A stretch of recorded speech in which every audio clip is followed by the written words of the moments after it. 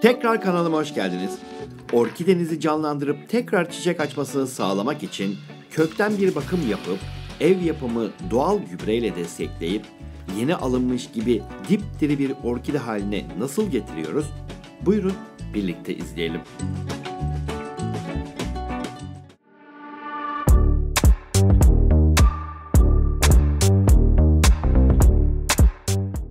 Neredeyse ölmek üzere olduğunu düşünen bu orkidemiz, tohum vermek için son bir enerjisi ile çiçek dalı çıkarmaya çalışıyor.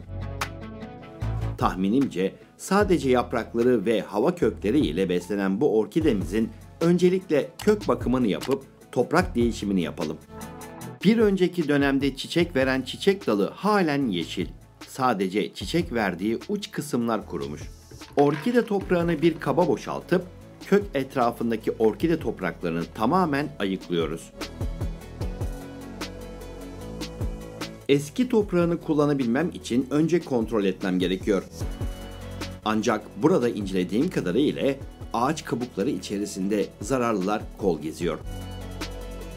Bu yüzden bu toprağı çöpe atıp yenisini kullanacağım. Orkidede toprak yerine ağaç kabuğu kullandığımızdan bu canlıların kök yapısına zararı vardır. Bunları gördüğünüzde acil müdahalede bulunmanız gerekir. Budamaya gelince, köklere baktığımızda çoğunun çürüyüp kuruduğunu görebiliyoruz. Korkacak bir şey yok. Sadece yeşil olmayanları kesip ayırın. Hangilerini kesip hangilerini bıraktığımı dikkatle izlemenizi öneririm.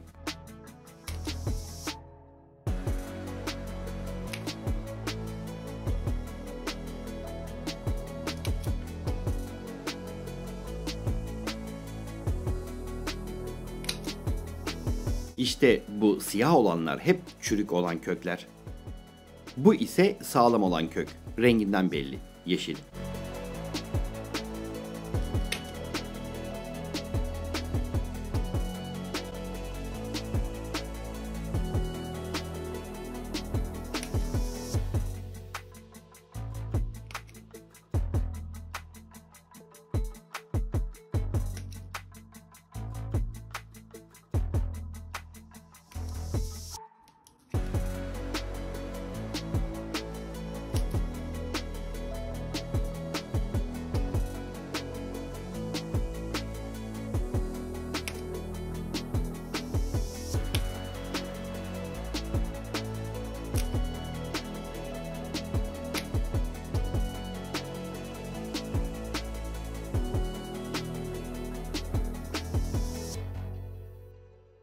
Kökün siyahlaşmış olan kısmını kesip ayırıyorum.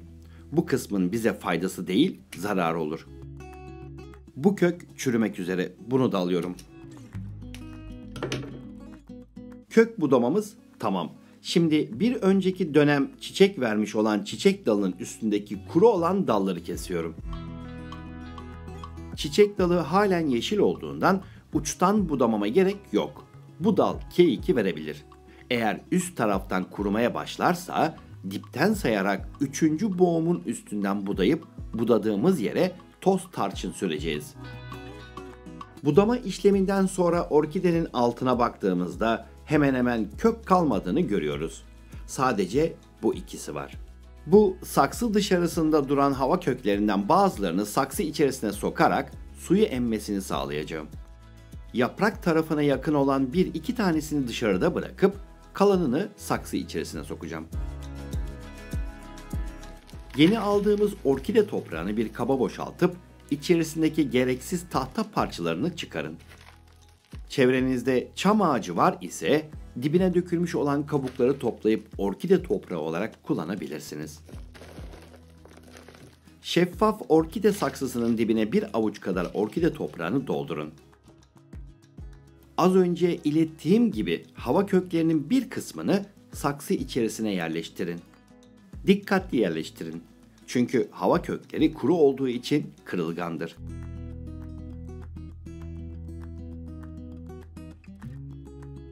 Orkideyi dik duracak şekilde elinizle sabitleyin ve orkide toprağını doldurmaya başlayın.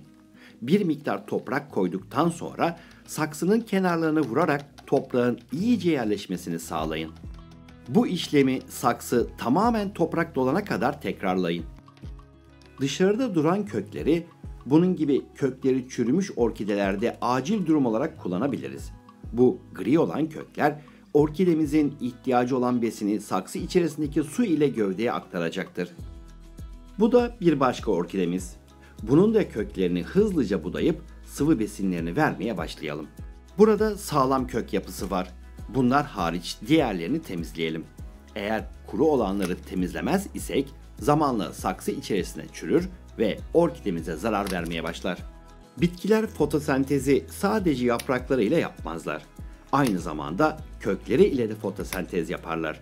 Özellikle orkide köklerinin ışığı görmesi gerekir ki fotosentezi rahat yapabilsin.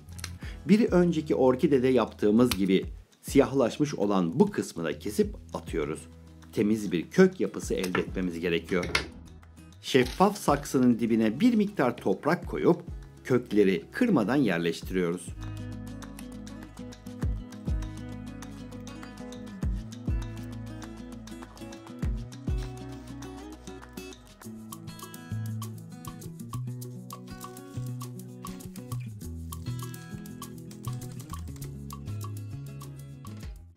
Şimdi gelelim ev yapımı azot, fosfor ve potasyum gübremize. Bu gübreyi soğan kabukları ile yapıyoruz. İçi su dolu bir tencereye malzemeleri koyup kaynatacağız. Azot, dal ve kök gelişimine destek verecek. Fosfor, çiçek açmasına ve potasyum da çiçeklerin dalda daha uzun kalmasına destek verecektir. Taze muz kabuklarında bulunan potasyum sayesinde gübremizi potasyum açısından zenginleştiriyoruz. Bunları yaklaşık 8-10 dakika kadar kaynatıyoruz. Kaynadıktan sonra ocağın altını kapatın ve soğumasını bekleyin. Soğuyan şerbeti bir süzgeçten geçirin ve bir kaba aktarın. Yaklaşık 12 saat kadar dinlenirse içerisindeki mineraller daha etkili olur. Bu karışımı buzdolabında 6 aya kadar muhafaza edebilirsiniz. Kullanımına gelince 1 bardak şerbete 10 bardak su ekleyin. Sıvı gübremiz hazır. Orkideleri yaklaşık 10 dakika kadar bu gübreye daldırın. Orkide toprağı ve kökleri suyu emerken siz de temiz su ve peçete ile yaprakları silin. Özellikle yaprakların altını ki gözenekleri açılsın. Unutmayın, orkideler yaprak ve hava kökleriyle havadaki nemde bulunan, saksı içerisindeki köklerle de verdiğiniz su içerisindeki minerallerden beslenir.